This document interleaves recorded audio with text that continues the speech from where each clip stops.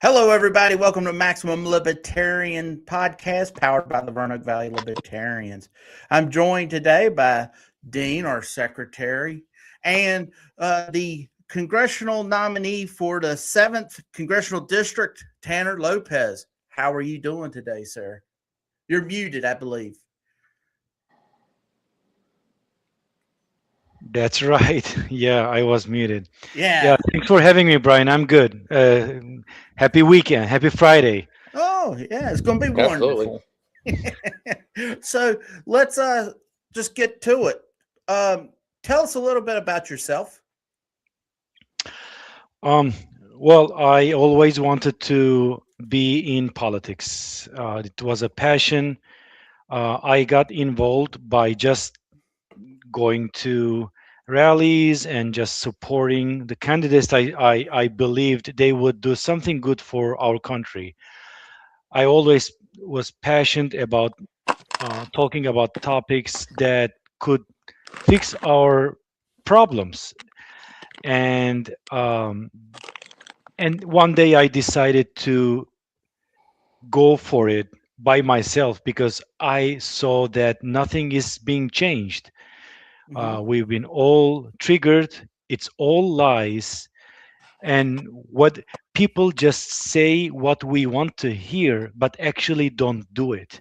So someone needs someone needs to give a step towards forward, and I said, okay, I'm going to do whatever I can as a citizen, as a person who really cares about people that is surrounding me, this country, and myself and my future. So um, that is what I how I got involved in politics. I have a background in subject matter expertise in certain regions in the world, as well as I have a, PhD in theology, world religions, and cultures. Because I'm coming from a multicultural background, Okay. although I'm a U.S. patriot. So I've dedicated my professional career to this, and now maybe this would be the next step. Was there one certain thing that finally was the tipping point for you? The tipping point is um, confessing is that I supported this current administration because I believed President Trump and the Republican Party would fix all our problems, especially when he said, I'm going to pull the US from the wars. We're going to be a peace dealers instead of creating wars and engaging in regional conflicts in the Middle East, in Africa, in every area that we have bases and all that things. And I said, okay, this is what we need. We need our money in the US. We don't need to invest in other countries. Our people needs investment, or all the taxes that the government is collecting from us will finally go and be put on our people. And what happened the very first day, it was bombing another country Yep. in the name of another country, which is not our country, which is not our interest. So I said no. Again, I made a mistake. I have been and I have been embarrassed, even though before this uh, the past elections, I put a lot of things on my social media, Mm-hmm. on Facebook, supporting the current administration, telling, "Hey, we need this. Our country needs this. Please, vote this guy for this and for." And I convinced a lot of people. And I had a post on social media saying, "Guys, I am sorry. I feel so embarrassed." I literally have this post on my social media. I feel embarrassed to convince you that this person would do this, but actually he lied. I believed in him. That's the point. I said, okay, I need to do something for myself, because if I trust someone, then they become into power, they're not going to deliver what they said. Okay, so I need to be the person, so I cannot fail to people that really trust me. That's a smart move. I'm Dean, by the way. I'm newly elected secretary. I was sick during the convention. That's why I didn't make it there. I was the chair back in 2020. It's a big, long story how that happened. But actually, thank you for running. And it's a big step to step up and run. I ran for House of Delegates, so I know about running and taking accountability on things is always good. And stepping up to run because you felt that was like you're the only one can do it is a great thing, and I think it should be commended. And I'm proud that you are a candidate for us in the LPVA, because we need more passionate candidates, people that hold accountability to themselves and others, and in our organization. And we have a hard time getting votes, but I think you seem to have a very good connection to what's going on. What is your top 3 topics that you want to do when you get to Washington? Thank you for that. Yeah, my priorities. Well, I have a website. I list my priorities, as well as I gave a speech at the after my nomination, official nomination. My top priority above all of the priorities combined is our independence. Is I believe that unfortunately the United States of America is not an independent sovereign country.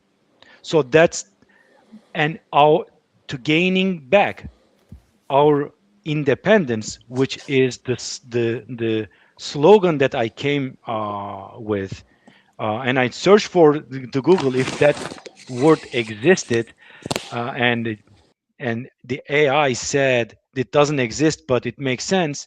It is re-independence. So that is my first priority. If we are not able to govern ourselves from who by the people who only thinks for our country, then we don't have any basis to work on other issues. So if we are not an independent country, if we don't have people working in our Congress for ourselves, we don't have anything, because without freedom we cannot do anything for ourselves. So my first priority is gaining back our independence and making the US elected officials to only for work for the US, without foreign influence, without foreign money. APEC, Qatar, Saudi Arabia, whichever country it is, we need to have people dedicated to our country and working for ourselves. So that's priority number one. And I have other priorities as well. So, but that is overall. Even combine the other issues that I would like to address in the Congress if I'm elected. That's the number one priority. Number two, it's health. I am 46 years old and I will be retired, and I don't know what I'm going to do with my health when I'm retired, because it's not guaranteed. It's we have this problem. I don't have a, a strong income to dedicate to put in 401 or in medical insurance and additional additional income, retirement income. What will hundreds of millions of this country do when they are retired? That's a big problem. The government spend our money into things that they shouldn't. Instead of investing on us with our money, they invested in some other things, and now we need to figure it out what we are going to do. Do I want to do i want to work when I'm 85 years old in a Macy's place selling goods? No, I don't want to do that. I want to have children. I want to have a grandchildren, and I want to have a vacation place to invite them when I have them, and enjoy my life. But now the way it's going right now, it's not going to happen. So we need to get our money back.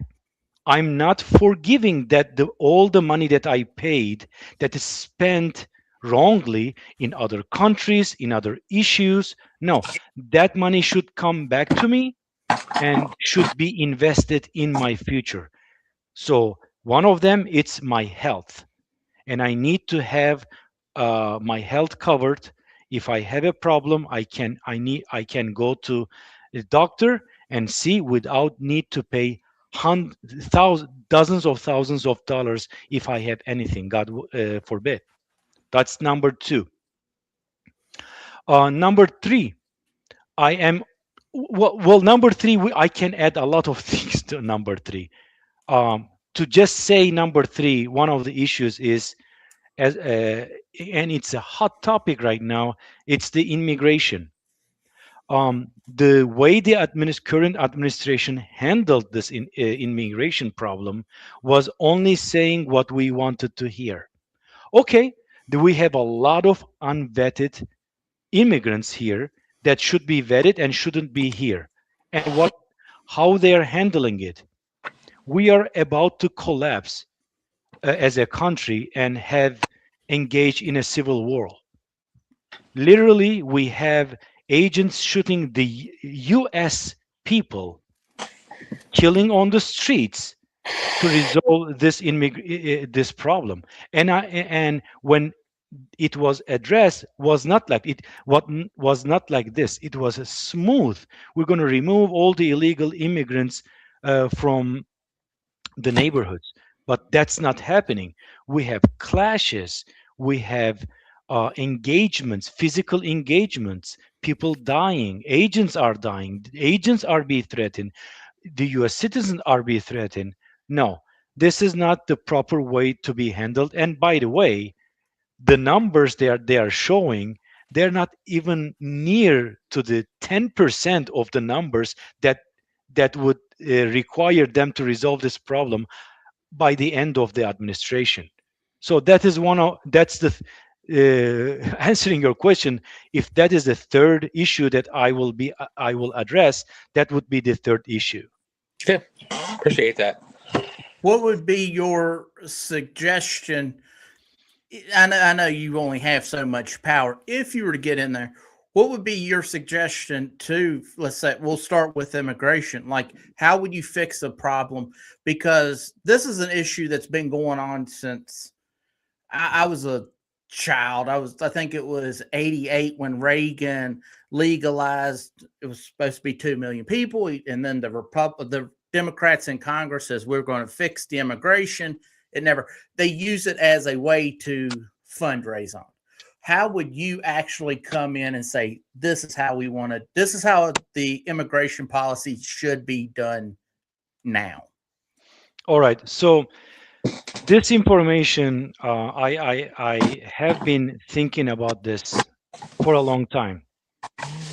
And I don't mind if the Republicans or the Democrats will take this idea, because my goal is to contribute to the cause, to resolving a problem that we all have. So the basis of my thought is this, and after that I'm going to develop what I think. Because of our administration weaknesses in the past, or another agenda that the past administrations had, like the Biden administration or the Obama administration had in the past, we have led millions of people coming to this country without getting vetted. I don't want to go into conspiracy theories, but they closed their eyes to this big problem. They didn't say anything, and we got let millions of people in, taking advantage of our weaknesses or the way we handle our border. Mhm. Are those people wrong when they were coming in? Look at this, the picture by this way. You are in a country that uh, doesn't give you the opportunity to grow professionally or personally, and you see that United States doesn't say anything about you going there, and you want to improve your lifestyle. You are a person that you wants to work and have build a family, even though you need to pay maybe even more taxes, being more Mhm. controlled because you have another kind of a system in a country that you would go. What would you do? You would just go. Right. You wouldn't, because you as a person would like to improve your quality of life for yourself, and I cannot judge you. I would do for me the same thing. Mhm. So those people came in because of the weakness of our system, and they are now here. And now another administration comes and says, hey, we will get you out. We are sorry, we made a mistake, but you will go out. It doesn't work that way. The people are already here. You let them here, and you unfortunately you need to pay the consequences. But at the same time, what happens, me as a US citizen, how does what will I get benefit from this by allowing this happening? I've been paying taxes for all my entire life.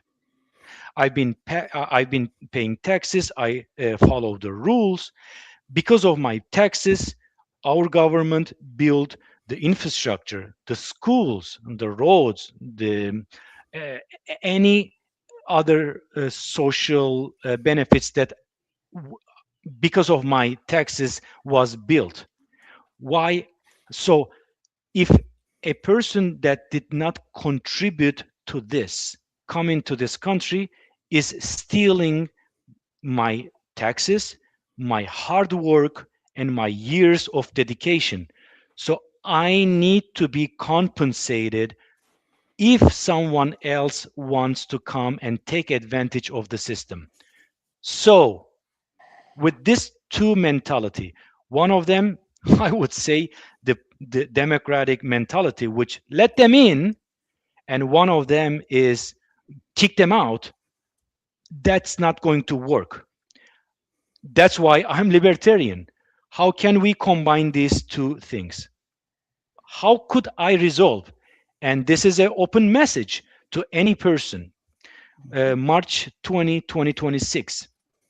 I would say this: these people that came in illegally, we will allow you to be legally here if you commit yourself to pay our government, let's say an amount, could be $100,000 during the term of 10 years.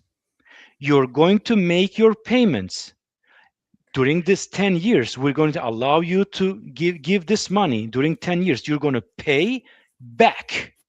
And this money, this fund, 20 million people, it makes hundreds of billions of dollars.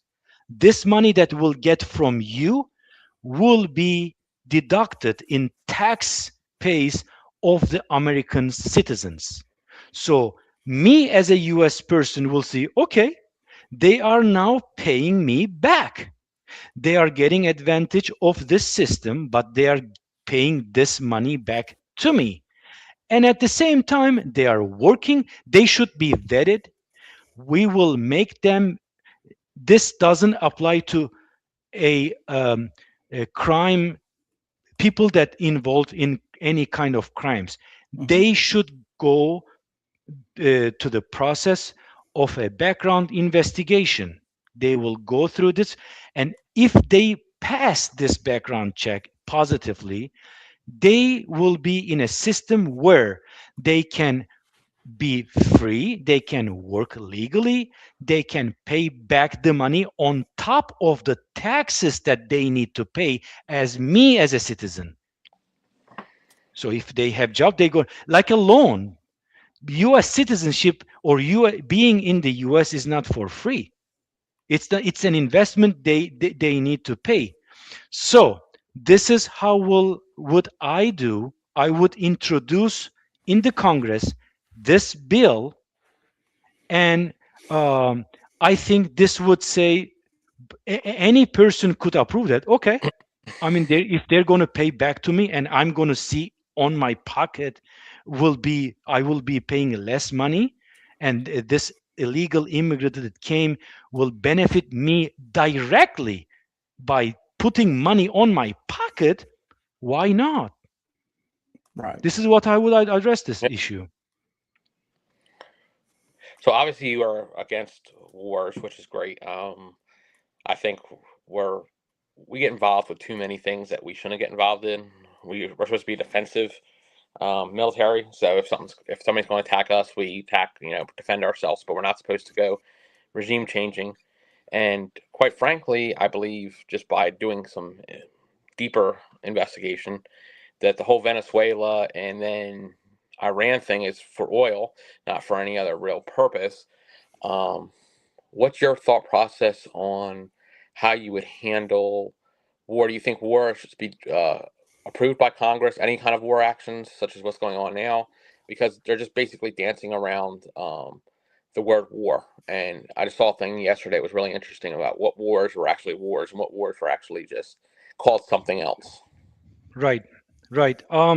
This is an interesting issue, and first of all, I am against our engagement in foreign affairs like this. It's not our problem. I don't care about Iran. I don't care. I'm sorry. I mean, as a human being, I care about people that is dying there in Gaza, in Israel. I don't support the Hamas entering and killing people. Absolutely not. They're horrified. I was horrified when I saw that. And at the same time, I'm also horrified when I see Israel bombing Gaza civilians, and Iran, they bombed a school. But that thing, as my government and as my future and people of the US, it is not my problem directly. As an individual, I would like to support. If I want to support and send money for humanitarian assistance to people in Gaza, I can do it by myself. But this is an individual choice. It's not someone else telling me what to do. As a libertarian, this is how I think. So I don't believe in our engagement in a war that is not directly is a threat to us. Obviously, if I see a country attacking us, that means, okay, my country has been attacked. Now it's our duty to protect our country. That is completely a defensive war, and I understand it and I support that as an American. But this approach, what they're doing, I don't accept it. And the second thing, to declare a war with the Constitution, we need the Congress approval. But what I said in the beginning, if our Congress is not working for us and is working for another government because they got paid, they got a lot of money by AIPAC. Once the question is asked to them, what do you think they're going to say? They're going to serve their lords, and they're going to say, of course we approve. Even they are Democrats, it doesn't matter. A Democrat now can go to CNN and say, we are against Trump, we are against this war, and blah blah blah blah blah blah. But once the moment they need to vote, they're going to vote yes. Let's kill Iranians, let's make the regime change. What is the solution to this? In my opinion, we, in my opinion, need an amendment to the Constitution that is any declaration of war should be consulted to the US people. We need a referendum in this country and ask to the US people directly if they want to engage into this war, if they want to send their children to this war or not. So that I think maybe it will sound radical, but I firmly believe that we need an amendment to our constitution, and any declaration of war should be consulted to our citizens directly. That one would be a really hard constitutional, because I get what you're saying there, but that would definitely be a uphill battle to push through to make a constitution amendment. I know. When it comes to, let's see, trying to think, foreign policy is definitely was my big issue that brought me to the Libertarian Party. Would you end all foreign aid? Because I know you were talking about don't serve the masters, and we're getting money from people. What's your thought on foreign aid? I shouldn't say just end all foreign aid. What's your thought on foreign aid? Because a lot of our regime change causes the issue of the mass people coming to the United States, because we overthrow their elected leader, and then we make we install one of our favorite leaders, and now they're coming up here because they don't like who we put in. We cause the problem a lot of times. Immigration is very hard. It's a big, massive thing, because more people come over here legally than illegally, with by work visa, student visa, and then they just overstay. And, so in turn, it's a massive thing to deal with. But when it goes back to foreign policy, I'm just curious about the foreign aid. Where do you see about that? Yes. This is what I think about foreign aid. My mother is a Spaniard. She is a citizen of Spain. Mm-hmm. And she lived within after the Spanish Civil War, when Spain was really hurt bad, and it was a big poverty. And my mother said this to me. When she was a kid, she remembers having US brand milk and US brand some kind of food that could in a can that can be in the can for months. And it said this is some kind of US assistance or some kind of a thing. And she said that is the moment the United States, I thought about the United States being a really good friend and protector of me as an individual. And right. She has a great admiration to the US because she, as a little kid, received, and she remembers, a help that directly went to her stomach when she was really dealing with hunger. And this is in a literal sense. They were dealing with a literal sense of hunger because they were not enough food. So, as a foreign aid, in my opinion, we can gain the hearts of people that we already destroyed by this past administrations. We can regain the heart of millions of peoples now and the further generations by having this kind of foreign aid that will, people individually will really benefit from it, instead of sending hundreds of billions of dollars to a political government when we know they're going to be corrupt. What happened in Ukraine, they stole hundreds of millions of dollars, and in other countries, that foreign aid, sending money, doesn't serve anything. So we can collaborate not only in a government level. I would involve this here, all the organizations. We have churches, we have mosques, we have synagogues, like religious communities, and it's not only that. We have a lot of fraternities that are open and are willing to support this kind of help. We can use these organizations by their own initiatives to help other countries, to help human beings around the globe that are suffering hunger. Maybe they need some medical assistance. Instead of we as a country we are sending $400 million to Argentina. Why? Why? Because Milei is a strong supporter of Trump, because he says we sent hundreds of millions of dollars to Israel, billions of dollars to Israel. Why? Because the Israeli lobby is strong here? No, that is not the foreign aid. When I think of foreign aid, that's not the foreign aid I'm thinking of. Right. What is your thought? Because you were talking about, you're 46, I'm 50. The future's, 42.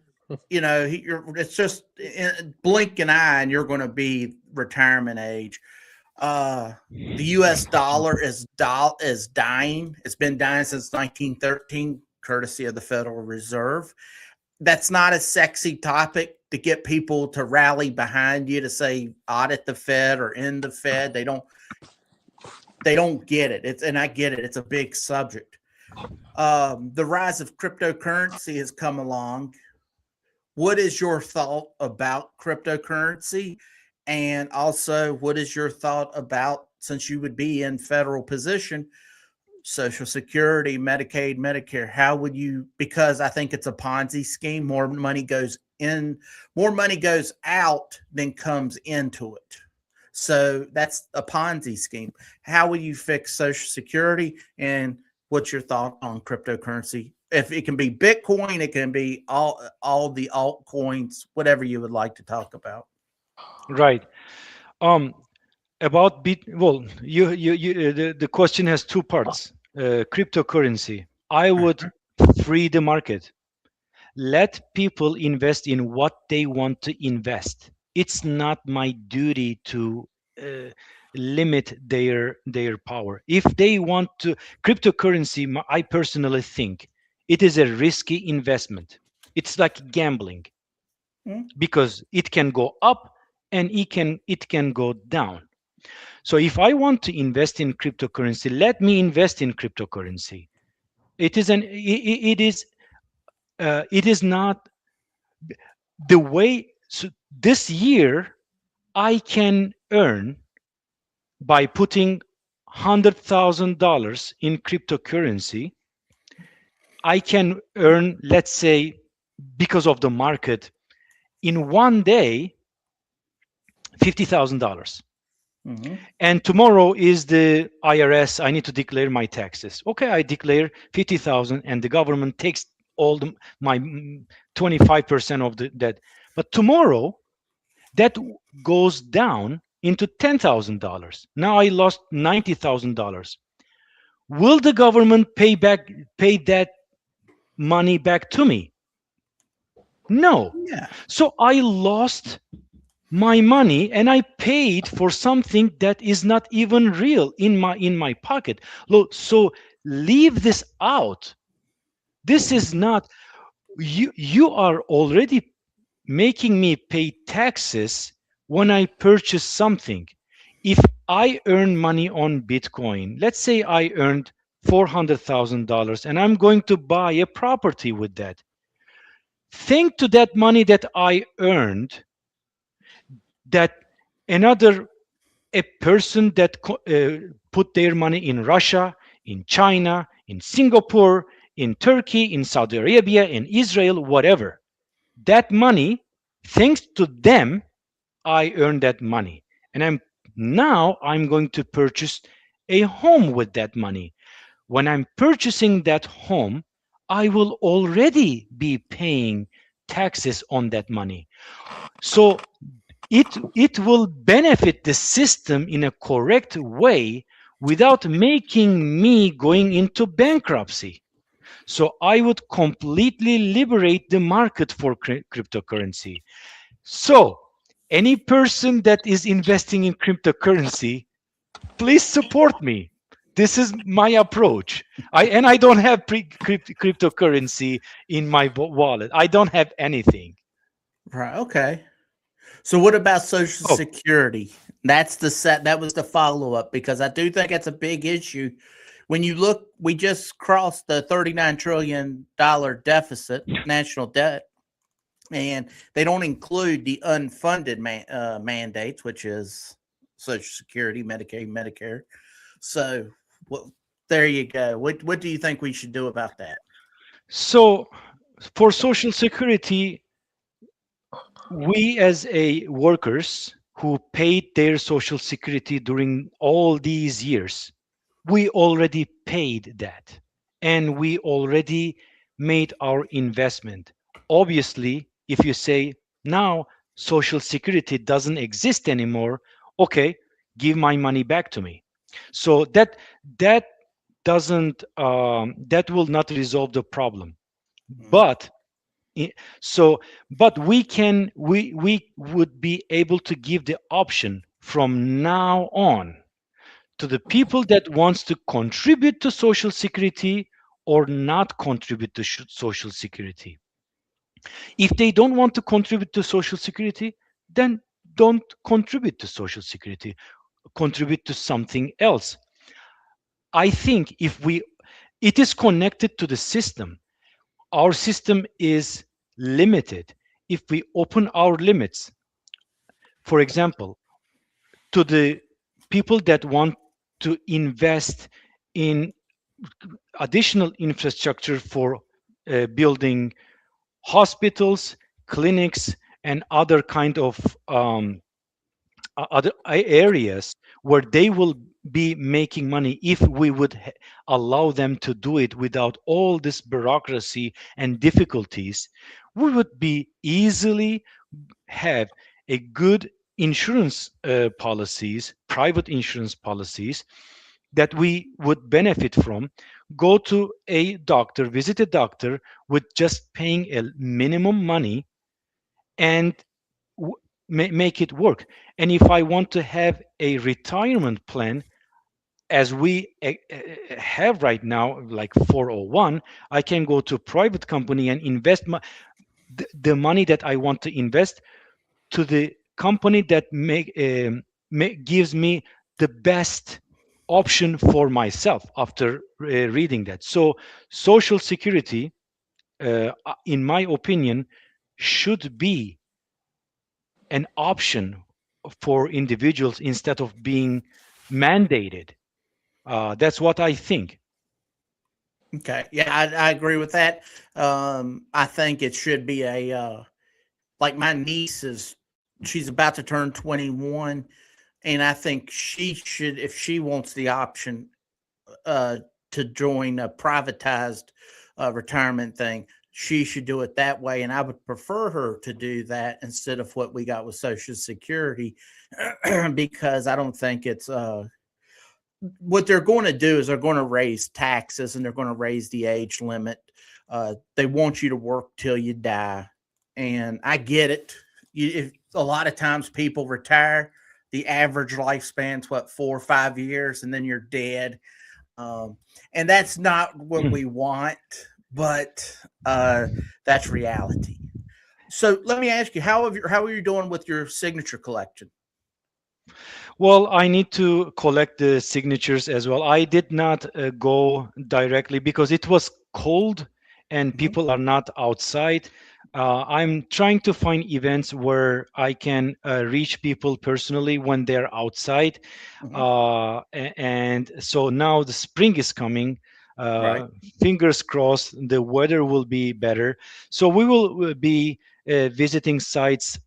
For example, April 11, we have the election day for the referendum that they're also talking about this district change. So we will be going there and trying to find people that without trying to change their mind to vote for me, just to say, hey, this I just want to be on the ballot. If you want to support the democracy and you have other options, please come and give your signature to me. Okay. And any other person that wants to contribute to this, I am willing to send them an email with the form. They can sign and send it back to me. So yeah, uh, it will start soon. We're pretty confident that we're going to get the enough signatures me to be on the ballot. Okay. So You I have didn't know long. if you had the number. Okay, go ahead, Dean. Yeah, plus he has longer too because of this whole mess. They now give you a Right. little bit longer to collect the signature, so it shouldn't be as difficult as it normally would be if you were looking at a June deadline, because just from experience, a lot of people were like, "Well, it's a good idea to go to the polling station. They can, if as long as you follow their policies, you can get the signatures. It's a good idea, and you probably get a lot of signatures that day. And if you have people to help you out that day, get to different places to help you, that's important too." Um, Right. Back where you were saying, Brian. So in your district, the last time a libertarian ran was in 2018. It was Joe Walton. He got 4,216 votes. This is coming from Wikipedia. Since then, it's just been a Democrat Republican battle at the polls. Democrats have been winning the past 3 elections, I believe it says. Well, since 2020. Well, no, it'd be 2018. So, do you have like a plan to try to do better? What do you have like a plan to get the message out? Besides, obviously, you're going to be going out there and talking to the public, things of that nature. Do you have like media campaign planned? Anything special? Not without telling any secrets, I guess.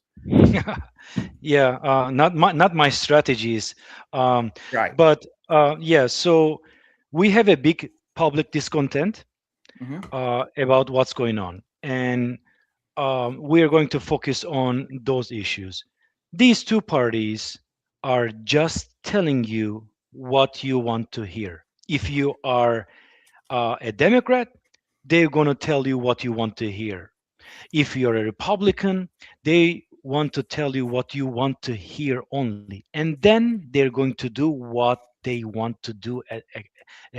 So, Democrats, di- does did these Democrats do anything good for you in the past?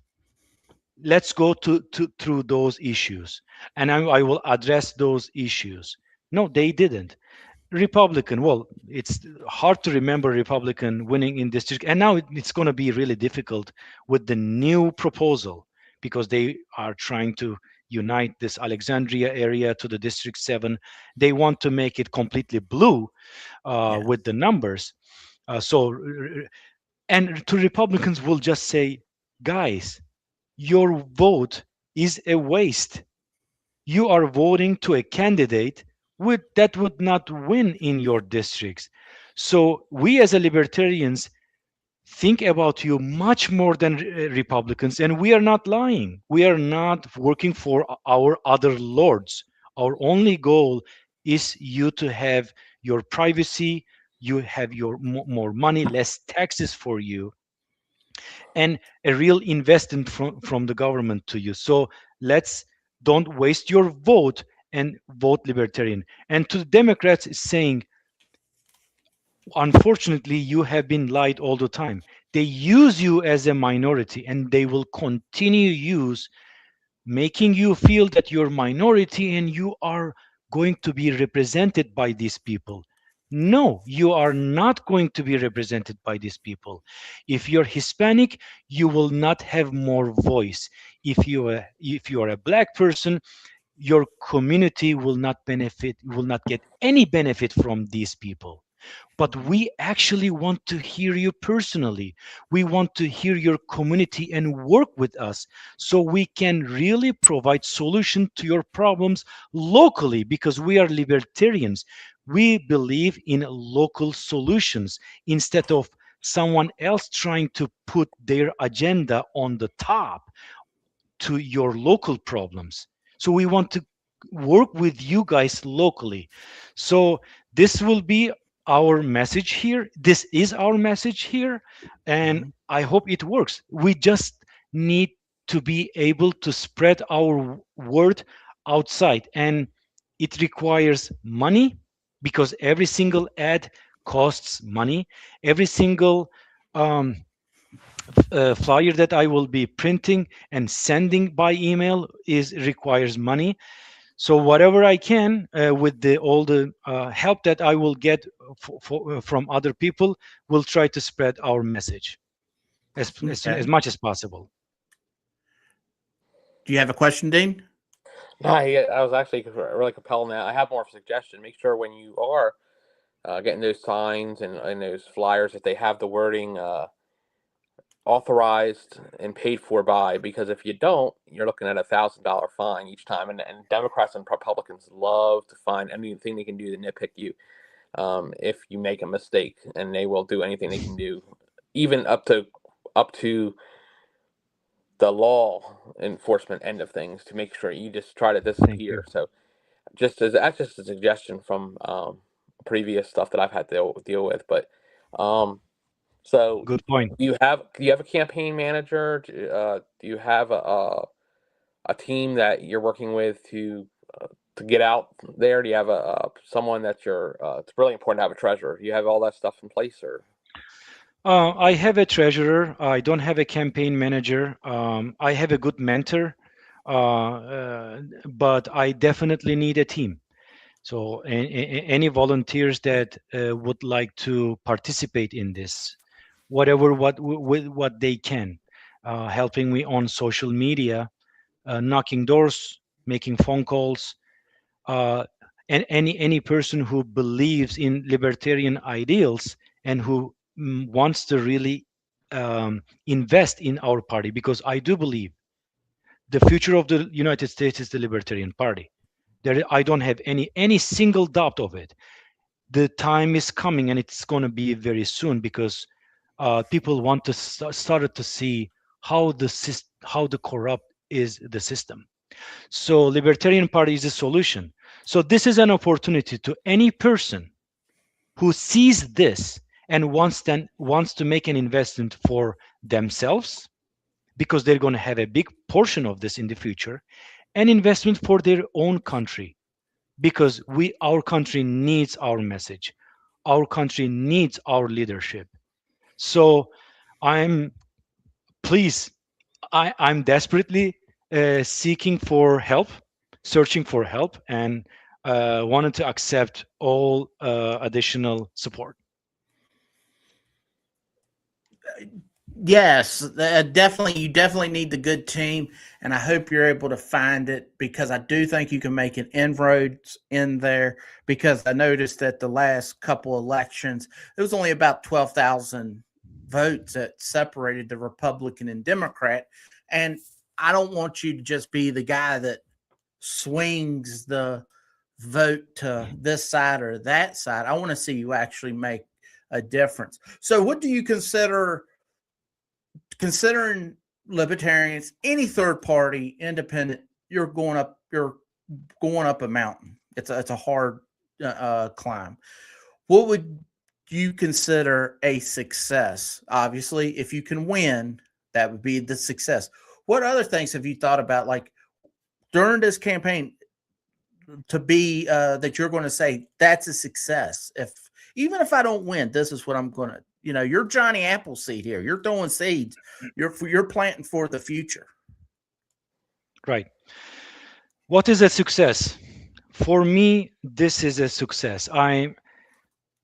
When I talk to a person, and it happened many times, and it's constantly happening, Mm-hmm. any person with a different background, let's say they are Democrats, and let's say they're Republicans. Give me the opportunity to talk to you. Just give me the opportunity to talk to you. I'm going to talk about this issue. Okay, let's talk. After talking, they say, actually, you are making sense. I hope you win, man. I heard this so many times that every single person that listens, they convert, they say, okay, you are right. I will, you have my support. So the success is one person, logical thinking, not indoctrinated, not blinded with their, because politics, unfortunately, also for some people, is a religion. No matter what you're going to tell them, they're not going to change their mind because they will not reason. But I have the reason. Any person that changes his or her mind is a success. Now the question is, how many people I can reach out? That is the question. So me not winning the election in 2026 this November, it's, for me, it's not a it's not, I won't be frustrated, because I know that this is a long-term investment. This is not a short-term investment. We just need to reach out people. We just need to make them hear us. And mainstream media is not collaborating us. But we just need the support. We just need to convince people that this is the investment of their lives. Investors, I'm talking to you directly. The Libertarian Party is the future of the United States. If you want an investment, come and join us. And you're going to win. You're going to win big. You're going to win first. Maybe you're going to be very successful in your business. Two, and the real win is you're going to contribute to your country and to your future. And people will, when they will pray for our country, they will pray for you, for your soul as well. So yeah, that is a success for me. Okay. Do you have any questions, Dean? You look like you might. No, I like what he said there. You know, success. I looked at what I thought was success too, was the amount of people I could convert or get the message out to spread the party's message is always a success, because the more members we can get, the more people we can get to convert more people, and then eventually build our party back up and win in elections, local and then bigger than that. So I think your message there is 100% great, just for someone that has ran before. And I didn't see, you know, I know I had a better shot if we didn't have, we used to have just a Republican running the district. They decided to run a Democrat that year. So I knew I was going to get a whole lot of it, like a whole lot of percentage. But I was like, you know, I got almost 700 people to vote for me in a delegate race, which is not really with no when you don't have a governor's race, it's usually a low type of election. But that many people I was able to convert or get to vote for me in the district. That meant something, because it was higher than it was any other time. And I got the VCDL to back me over a Republican, which has never been done in the Libertarian Party. So there were successes I had, and I like the way you think about how your successes are. And I believe, even if you don't win this one, there's always other opportunities to go back out. And once you get more name recognition, it helps you for the future too. So yes, and guys, look at this. I also think this way. We had a conversation, and I'm going to put my ideas, if they are good, people, if someone else will take these ideas, and if they implement these ideas, libertarian ideas, then it means that it worked. That's another success. It is not about me winning an election. I can work a couple of years in the Senate and I'm going to be out. Maybe, and maybe I will continue, but that doesn't matter. What are we investing in our future, in our country? If we can make change, if our ideas can be implemented, then that is a big success too. So it's a win-win. It's a complete win-win. It's a win-win when they implement our ideas properly, which you will see coming up are wonderful. I see our governor and House of Delegates, a legalization of marijuana for retail sales. What they will do is they're going to tax it into the black and strengthen the black market, because if you look in New Jersey, New York, California, selling marijuana should be very simple, but they are able to figure out a way to lose money doing it because of the taxes and regulations. And in turn, when the Democrats and Republicans take our ideas, I'm happy for that. The problem is they take it and then they twist it up and turn it into a bad idea. And then I'm sitting here going, no, we shouldn't do that. I mean, that's the bad thing, about it. So we got a few more minutes. I have one question for you. Is there anything that we did not ask you that we should have asked you that you should to let the people know about Taner Lopez? Okay, thank you for that. You have asked questions to me, and I will repeat in this very last moment. I'm going back to my main idea, my main core belief that made me to run in this race. I believe, unfortunately, and as you can see here, this is what I feel. I believe our country is being manipulated and controlled by a foreign government, by a foreign power, very strong, and they control our media, they control a lot of things that I will not go through this for now, but I want our independence back. We need to gain back our independence as an Americans, and we need to start from scratch. This doesn't need to be anything violent. This is completely peaceful, saying we only want Americans working for Americans only, not America first, because America first can mean Israel second, Ukraine third, Saudi Arabia first, Qatar fifth. No, there is no second, third, fourth, fifth. America first. That means re-independence. So that is my strong message. First, let's kick out all the foreign influence and private corporate interest in our Congress that make them decide for themselves and not for us. We need people, we need independence again to only work for Americans. So that is I just wanted to emphasize this message in this last minute. All right. That's excellent, my friend.